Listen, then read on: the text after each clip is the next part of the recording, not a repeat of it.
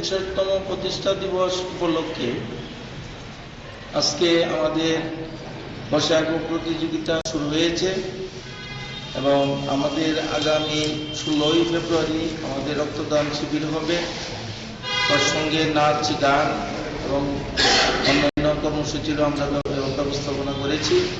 তো আমাদের এই কর্মসূচি এইভাবে প্রতিদিন আমাদের এই নিয়ম অনুযায়ী চলবে। আজকে আমাদের প্রথম দিন বর্ষায়ন প্রতিযোগিতার ক-খ বিভাগ, 3 বিভাগে বর্ষায়ন প্রতিযোগিতা হয়েছে। আপনারা দেখলেন।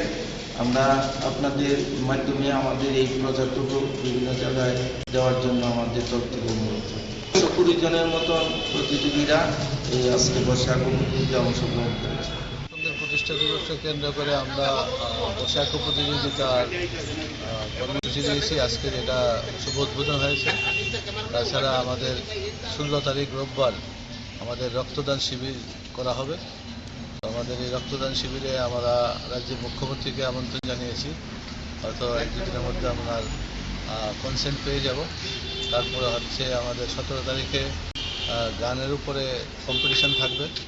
18 তারিখে থাকবে নৃত্যের উপরে 3টি বিভাগে এবং 19 তারিখ সকালে আমাদের পতাকা উত্তোলন করা হবে। পাশাপাশি আমাদের ক্লাবের ফাউন্ডার যারা ছিলেন, যারা আমাদের প্রথম বিভাগের সারি সৈনিক ছিলেন এই রামপ্রসাদ সংঘ প্রতিষ্ঠা করার জন্য, তাদেরকে আমরা লাইফ মেম্বারশিপ হিসেবে ডিক্লেয়ার করবো ওই দিন সকালে পতাকা উত্তোলনের পরে এবং সন্ধ্যা 6টায় সাংস্কৃতিক অনুষ্ঠান এবং পুরস্কার বিতরণ অনুষ্ঠান।